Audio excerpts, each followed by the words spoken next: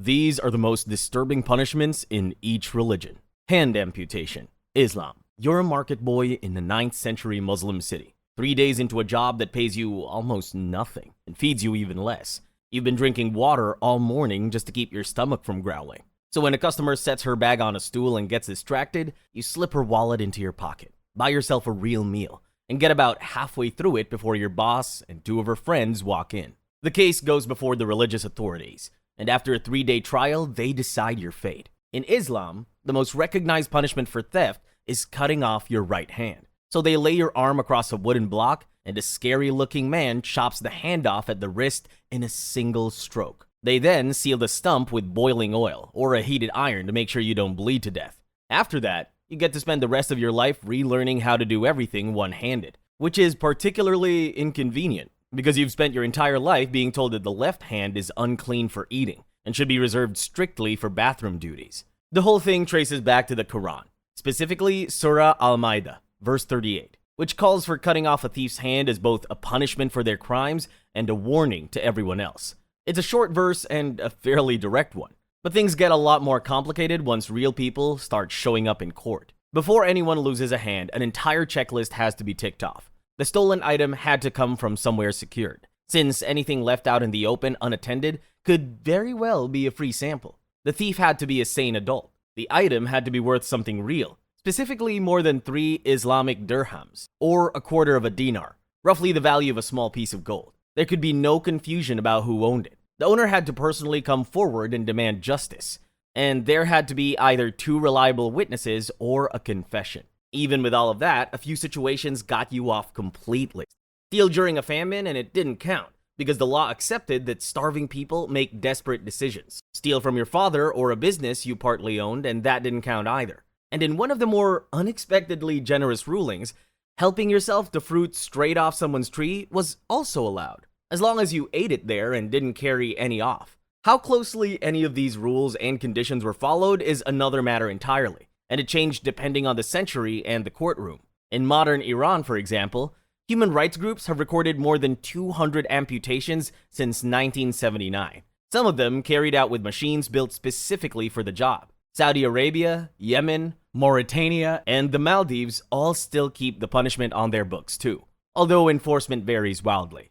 Burned alive. Christianity. You're a Morisco in 16th century Spain, one of the Spanish Muslims whose family was forced to convert to Christianity. And today, you're in trouble with the church because you never actually stopped being Muslim. You washed before prayer this morning. You've secretly avoided pork for years, and instead of keeping a complete Quran, you've tucked away loose pages around your house because you thought they'd be easier to hide. A neighbor has been paying attention to all of this. One day, he mentions it to the wrong person, and before long, the Inquisition has a file with your name on it. The Inquisition was the Catholic Church's court system for rooting out heresy, beliefs that strayed from official Christian doctrine. When the Spanish Inquisition was established in 1478 with the blessing of Pope Sixtus IV, converts like you quickly became one of its biggest targets. Church leaders never fully believed baptized Jews and Muslims had abandoned their old faiths. So Moriscos and Jewish converts lived under constant suspicion that they were only pretending to be Christian. The process began with what the church called a grace period, when everyone in town was encouraged to confess their own religious offenses, or better yet, report someone else's. It turned neighbors into informants, and old grudges into criminal investigations overnight. Once accused, you were arrested, questioned, and if necessary, tortured until you confessed. The authorities often held on to prisoners until they had enough for a public ceremony known as the auto da fe, the act of faith. Everything about the ceremony was designed to make an example out of you. Prisoners were marched through the streets wearing a robe called a San Benito, and you could tell how the day would end just by looking at it. A plain yellow one meant you might survive. A black one, covered in painted flames and devils, meant everybody already knew you wouldn't. The procession ended at a place called the Quemadero, which roughly translates to the burning place.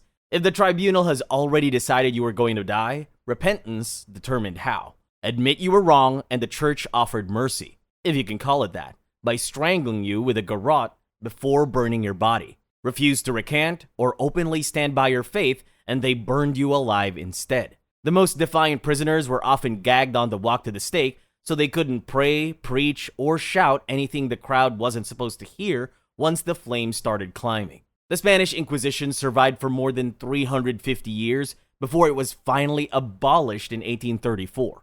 Early historians claimed it burned as many as 30,000 people alive, but modern research puts the number much lower, somewhere between 3 and 5,000 executions. That's still thousands of people put to death over the suspicion that they might be praying to a different god.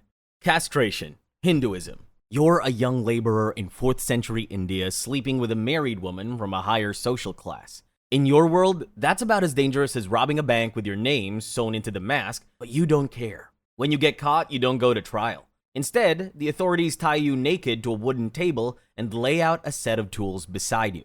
They're going to cut off your penis.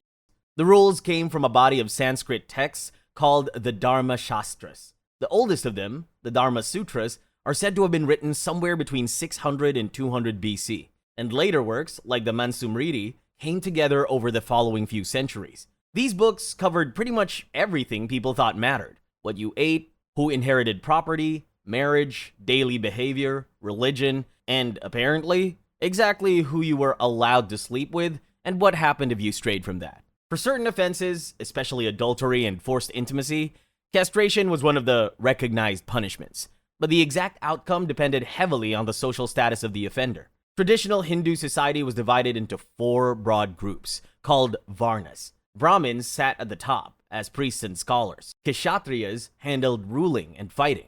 Vaishyas worked in trade and farming. And Shudras mostly worked labor jobs. Then there were the untouchables, who sat outside the system completely. If a Shudra man slept with a higher caste woman, castration could be the sentence. If a non-Brahmin assaulted a Brahmin woman, the punishment could also be castration, and the state carried it out directly. Brahmins got handled differently, because the text generally shielded them from execution and mutilation and swapped in shaving the head, branding, or banishment instead. There was one exception though. A man who slept with his spiritual teacher's wife was told to confess, cut off his own penis and testicles, cup them in his hands, and walk southwest until he collapsed and died. The Manusmriti frames this as purification, which is a generous way to describe bleeding to death in a field. The alternative on offer was lying down on a heated iron bed until the same thing happened. The catch with all of this is that the Dharma Shastras were written by priests describing how they believed society should run, and we have very little evidence showing how often any of it was actually carried out. What we do know is that the text stayed influential for centuries, until Mughal courts and eventually British colonial law replaced local legal systems entirely. Stoning, Judaism. You're a young woman in ancient Israel, engaged but not yet living with your husband-to-be, which counts as good as married. You live in a town small enough that everyone knows everyone's business, and that becomes the problem the afternoon 2 witnesses catch you with a man who isn't him. They haul you before the elders. The verdict comes quickly, and before long you're being marched to the place where it's going to happen. When you arrive, there's no rock-throwing angry mob waiting around in a circle for you. The place of execution is a platform about twice a man's height, and the first move belongs to one of the witnesses, since the law makes the accusers go first. He shoves you off the edge so you drop face down onto the rocks below. If the fall kills you, everyone goes home. If it doesn't, the second witness drops a stone so heavy, it takes 2 men to lift onto your chest. Only if you're still breathing after that does the crowd step in to finish the job. Under Mosaic law, stoning covered a startling range of crimes. Blasphemy got you stoned, and so did worshiping the wrong god and doing any real work on the Sabbath, which is how a man in the book of Numbers ended up dead for gathering sticks on his day off. There was even a law for stoning a stubborn, rebellious son to death. Making the witnesses go first was meant to keep people honest, since it's a lot harder to frame your neighbor when step 2 is shoving him off a ledge yourself. It sounds good in theory, but in reality, if you hated someone enough to lie about them, knowing what would happen, you probably weren't going to lose sleep over being the first one to act. The most famous stoning in history is one that never happened. In John chapter 8, a crowd drags a woman accused of adultery to Jesus, hoping to corner him. If he tells them to stone her, they can accuse him of greenlighting an execution the Romans no longer allowed the Jewish courts to carry out. If he lets her go, they can accuse him of ignoring the law of Moses. The whole thing gets even stranger when you remember they supposedly caught her in the act. Yet the man who, by law, should have been standing beside her was nowhere to be seen. Jesus solved the problem by telling the crowd that anyone who was clean and without sin should throw the first stone. And that was it. One by one, they dropped their rocks and headed home, leaving the woman alive and well. St. Stephen wasn't nearly as lucky. He was an early church leader who was so good at debating that his opponents eventually gave up trying to beat him and accused him of blasphemy instead. They dragged him before the council, gave him the chance to defend himself, and Stephen somehow turned it into a sermon that ended with him calling the very men judging him the murderers of Jesus. His outburst didn't make the council very happy, so they dragged him outside the city and stoned him to death. And as the rocks came down, he prayed for God to forgive the people throwing them. That's how he became Christianity's first martyr. Public flogging. Islam. You're a 15-year-old in 14th century Cairo, hiding behind your house with a stolen bottle of wine. And of course, your neighbor picks that exact moment to walk past. He has two qualities that make him uniquely dangerous to someone in your position: a working nose and far too much respect for the law. A few minutes later, you're being marched to the authorities. And not long after that, you're standing in a public square getting whipped in front of everyone you know. Public flogging as a form of punishment comes from a part of Islamic law called hudud, which covers a short list of crimes treated as offenses against God. Drinking alcohol is on that list. So is theft, adultery, falsely accusing someone of adultery, abandoning the faith, and highway robbery. Each offense comes with its own punishment already attached. Slander earns 80 lashes. Fornication carries 100, and highway robbery can climb all the way to execution if things get bad enough. Alcohol sits at 40 lashes in some legal schools and 80 in others. So it really depended on which one your city followed. Whichever number applied to you, the judge couldn't shave a few off because you looked sorry about it. Hudud punishments are fixed. Once you qualified for one, that was the number. There was still a way out though, and it came down to doubt. If the evidence wasn't solid or a witness contradicted himself, the hudud punishment no longer applied. Your case dropped into a different category called tazir, where the judge could hand out whatever penalty he thought was appropriate, which might mean fewer lashes, a fine, prison, or nothing at all. If it was decided you'd be getting flogged after all, there was one non-negotiable condition. Everyone had to see it happen. The whole point was to purify you and drill in some discipline along the way. And adding in a healthy dose of public humiliation was considered a great way to do that. There were rules to it too. You stayed clothed the entire time. Nobody tied you down. And you couldn't lie down. You just stood there and took every stroke while the crowd watched. And before you file this under things that thankfully don't happen anymore, you should know that it still does. In 2015, Raif Badawi, a Saudi blogger, was brought outside a mosque in Jeddah after Friday prayers and given 50 lashes in front of a crowd. He didn't drink, commit adultery, or pull out a gun on a highway. His crime was running an online discussion forum that authorities considered insulting to Islam. The full sentence was 10 years in prison, a fine of 1 million Saudi Arabian riyals, which is about $266,600, and 1,000 lashes, set to be delivered 50 at a time over 20 weeks. After the first session, doctors warned him that another round could cause permanent damage. The case got so much international attention that the remaining floggings kept getting delayed until the authorities gave up and decided to forget the whole thing. Badawi eventually finished his prison sentence and was released in 2022. Public flogging is now considered a human rights violation, but it still exists in Afghanistan, Brunei, Iran, Mauritania, the UAE, Yemen, and parts of northern Nigeria. And Islam isn't the only religion that uses it. Jewish law also prescribed flogging, with the limit set at 40 lashes, though later authorities knocked it down to 39 just in case someone accidentally went one over. Christian tradition also describes Jesus receiving 39 lashes before carrying his cross, though the Gospels never actually mention a specific number. The Whole. Scientology.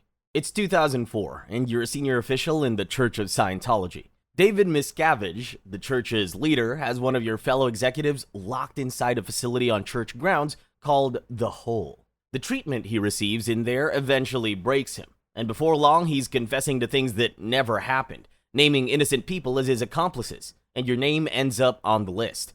By nightfall, you're walking through the same doors, about to begin the worst chapter of your life. To make sense of any of this, you first have to understand what Scientology believes you are. According to the religion, you aren't a body with a brain. You're an immortal spirit called a Thetan that has existed for billions of years, living one life after another. Every time one body dies, the Thetan simply moves on to a new one, dragging along the emotional baggage from every life before it.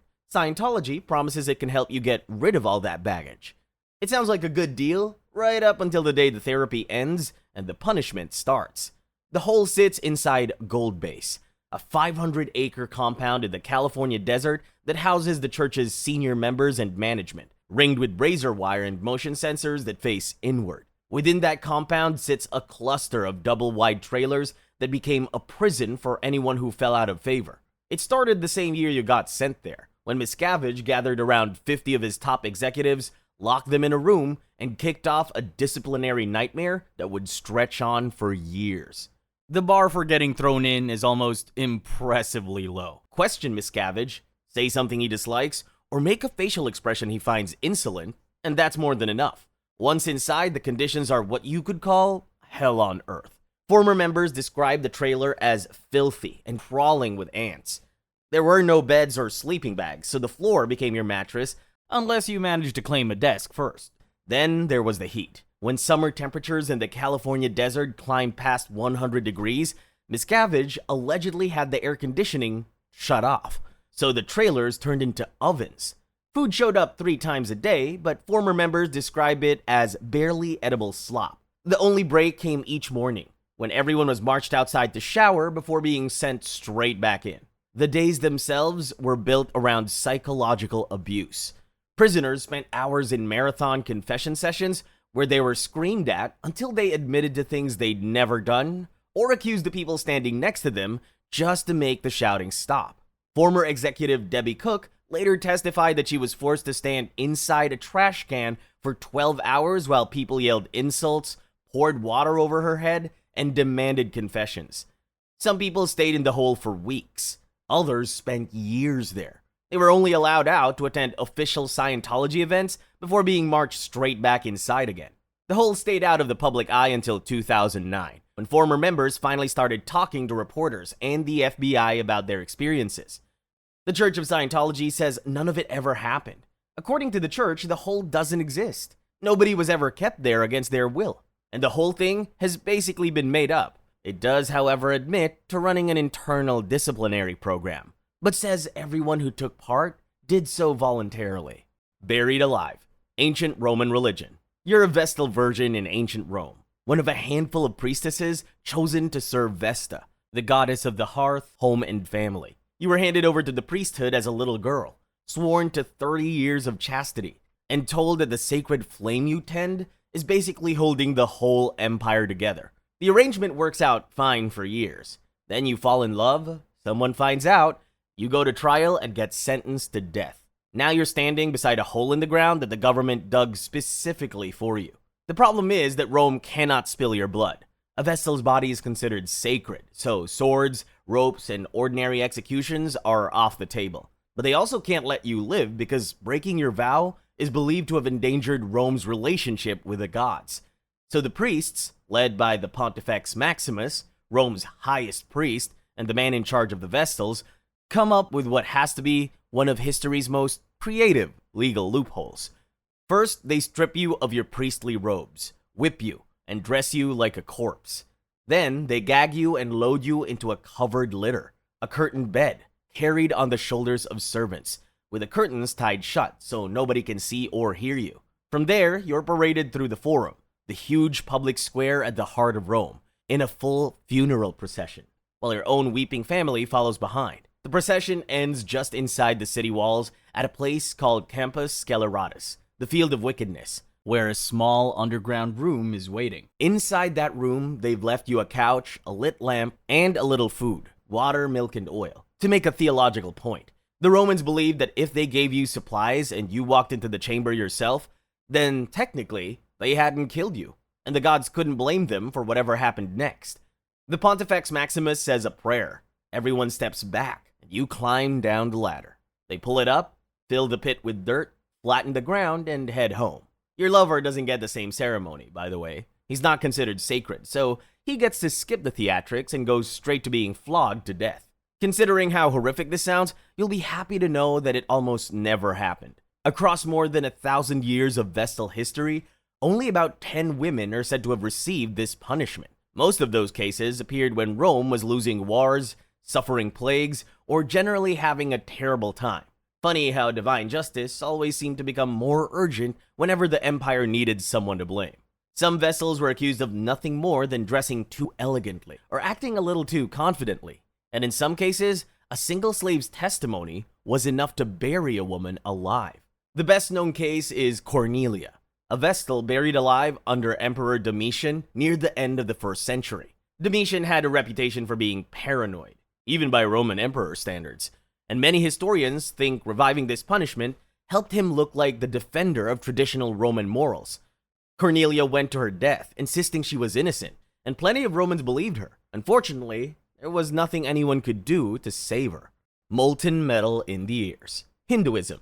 You're a Shudra in ancient India, born into the bottom rung of the caste system, the laborers and servants who exist to serve the 3 castes above them. You're on your way back from the market when you stop outside a temple to listen to a priest reciting the Vedas, the sacred Hindu scriptures that supposedly hold the deepest truths in the universe.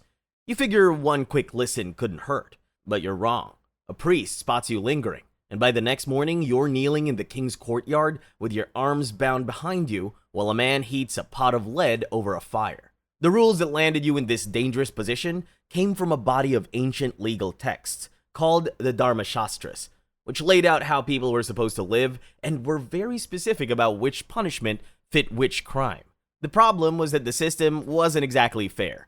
If you were a Shudra, you could almost always count on getting the worst end of the deal. The Vedas show that logic perfectly. The priestly class treated them as too sacred for the lowest caste to even hear. The belief was that the verses carried real spiritual power, so letting a Shudra listen was thought to contaminate something holy, kind of like tracking mud across the floor of a temple. There was also a more practical reason too. Whoever controlled the Vedas controlled the rituals, the priesthood, and the authority that came with them. So by restricting access to them, the upper castes were also protecting the system that kept them on top.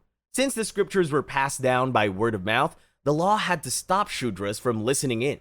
And one text in particular, the Gautama Dharma Sutra, explained exactly how. The closer you got to the knowledge, the worse the punishment became. Listen to a recitation and molten metal went into your ears. Recite the verses yourself and your tongue was cut out. Actually learn and master the Vedas, and the text called for your body to be split in 2. A Shudra with too much religious knowledge was considered more dangerous than a murderer, because they were a threat to the system.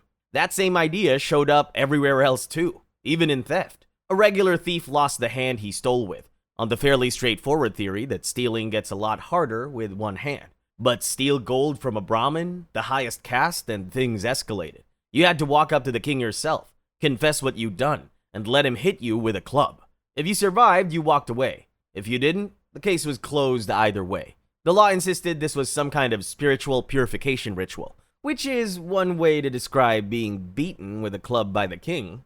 Blood atonement. Mormonism. You're a devout Mormon in 1850s Utah, kneeling beside a freshly dug grave in the dark, saying your final prayer. You're not tied up and nobody forced you here. You agreed to this.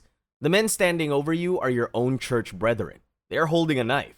And in a moment, they're going to cut your throat and let your blood spill into the grave while you kneel there and let it happen, convinced this is the only way to save your soul. Christianity generally runs on the idea that Jesus already paid for humanity's sins on the cross, and all you have to do is believe. Early Mormonism mostly agreed, with one unsettling footnote. Brigham Young, the second president of the Church of Jesus Christ of Latter-day Saints, taught that some sins were simply too serious for Jesus' sacrifice to cover. The only way to save the sinner, he argued, was for that person's own blood to be spilled onto the ground as payment.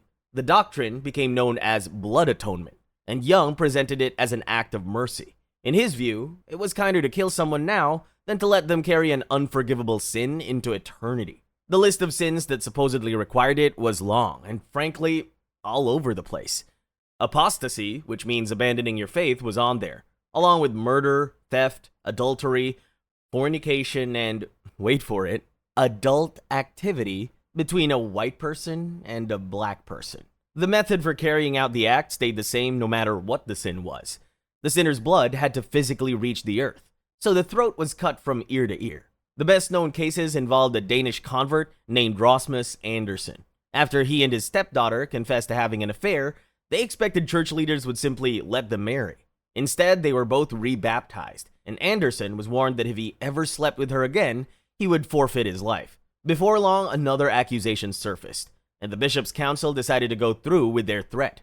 Andersen accepted the decision without resisting. He was led to a grave, knelt beside it, said a prayer, and then had his throat cut from ear to ear, while the men holding him made sure his blood drained into the grave before they buried him in it. Afterwards, church leaders told his wife that if anyone asked, her husband had gone to California. The only way that could have been true was if California suddenly moved underground. The church's relationship with the doctrine got complicated not long after. In 1889, the LDS leadership issued an official statement denying that the church had ever killed anyone over sin or apostasy. Later leaders took things a step further by calling blood atonement a theoretical principle that was never actually put into practice. Historians have been arguing about that ever since.